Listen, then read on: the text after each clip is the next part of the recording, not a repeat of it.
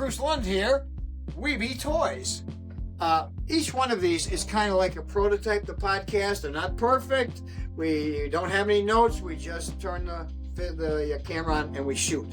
We'd like to tell you a little bit about a company that we worked with and many of the products that we licensed to them. There's a company over in the UK called Vivid Imaginations. They were at one point the biggest British toy company. But most of these companies have been bought by other companies over the years. But we knew the people, and gosh knows, we had such a good time working with those people. We enjoyed the cellar temperature beer over there that we would drink with my compadres. Anyway, so we showed a lot of products to Vivid, and one of the things they liked were plush. And this was one of the first plush they did, the Animal Hospital license. And they took a doll, a concept that we had in a doll that we sold to, I think, Kenner years ago, and then later Hasbro re-brought it back. And it had a tongue action with the doll. It had a lollipop, but that was dropped because of Bill Clinton and Monica Lewinsky. So the doll was dropped. But later on, we were able to relicense it as a puppy dog, licking his bone, drinking his water. Anyway, after that, we had another product for them. Sonny, the pick-me-up pup. Now, I'd like to show you how this works, but you know what? I'm going to have to dig into these. These are, I've never taken them out of package. And they are now 20 years old. So I'm going to need to take them out of package, put fresh batteries in and see if I can get them working, and I will show that video. But what he would do is he would jump up and down, because what do dogs do when you see them for the first time every day? They act like you've been gone for years. And there you are. You've only been gone a couple hours, and they are so ecstatic, which is one of the reasons that we like dogs. Well, this was a dog that was ecstatic every time it saw you. And so that did okay also. Now, this became part of the AniMagic line later on. We showed some products to Vivid that they loved, and they wanted to make a line of products out of them. But at that point, it was just an animated dog, and they didn't have a line yet. But as we continued to show these products, they finally came up with a concept, which became AniMagic. Now, here's something I don't want you to tell anybody, because this is top secret.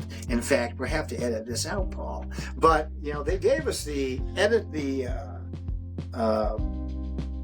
Inventor of the Year award for creating the AniMagic line, because it was so successful for them.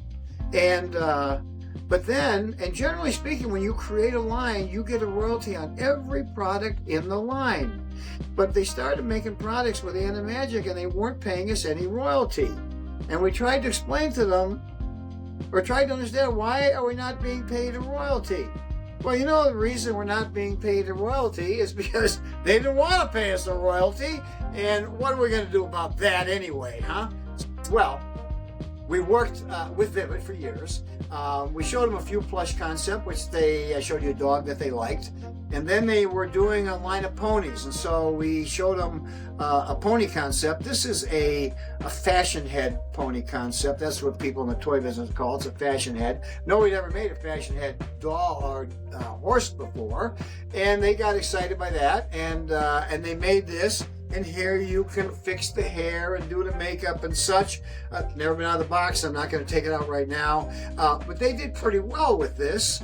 And then related to that, we sold them a similar concept, Magic Pony Care Paddock. And this came from another concept we have where you could feed a horse.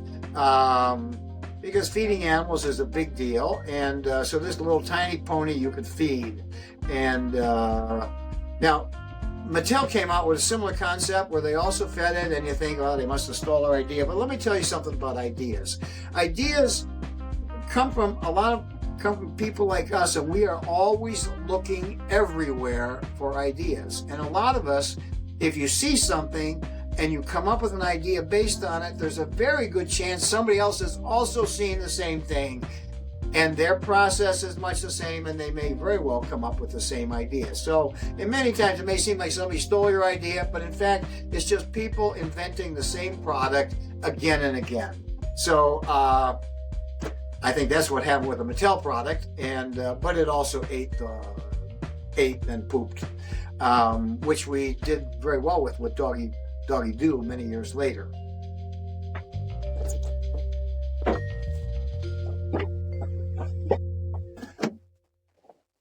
We worked with Vivid for years, and we showed them many products that they really wanted to make a line of products, and one of which we showed them was a dog very much like this one, and they loved that, but they said, boy, I really wish we had a line of products. Well, they hadn't come up with a line of products yet, but it was a dog like this that had all kinds of animation, and later on they did make this product as part of AniMagic.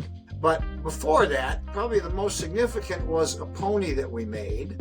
And we'll show you that one because that was very, very successful and sort of got the AniMagic line up on the market, and the buyers now were interested because the pony did so well. I'll show you that in a moment. Continuing to work with Vivid, this was probably the first product in the AniMagic line.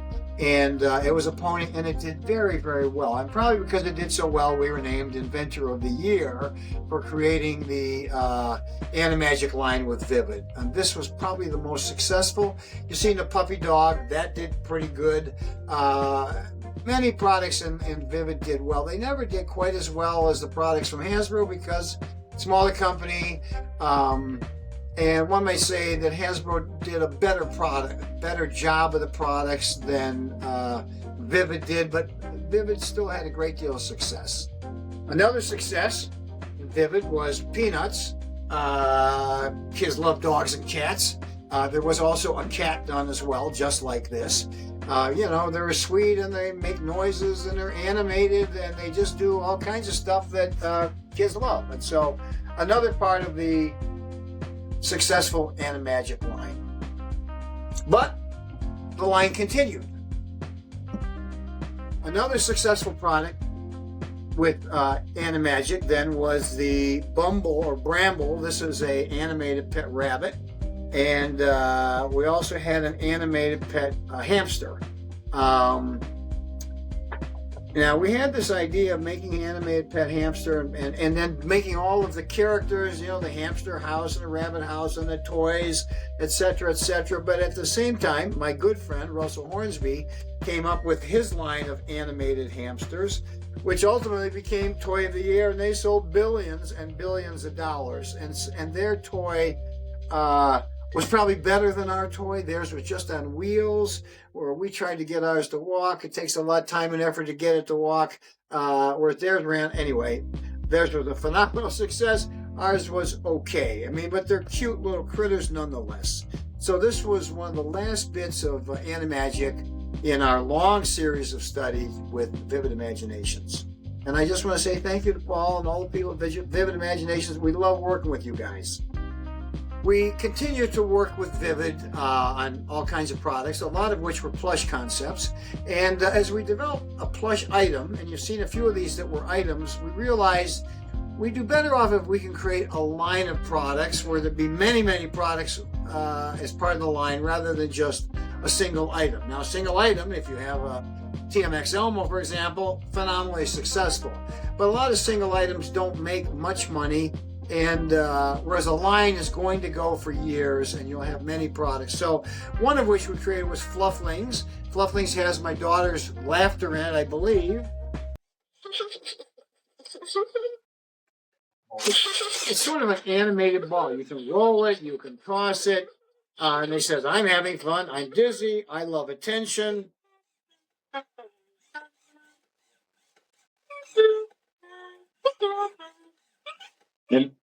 And that's my daughter's voice. And her kissing sound. So, and they made several of these in the line. And then they even made the smaller version here. I think they have one you could press down and then it will pop back up. This one, I don't think you press it down. This is just sort of squishy and it's more of a keychain kind of thing. But Flufflings was a successful line with Vivid.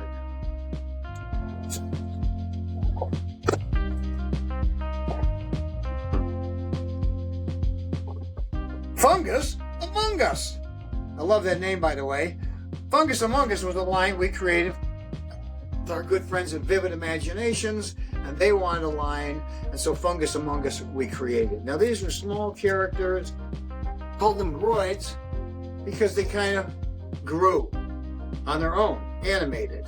So you take 2, 3, 6, 50 of them, wad them all up, and then just watch them begin to separate themselves.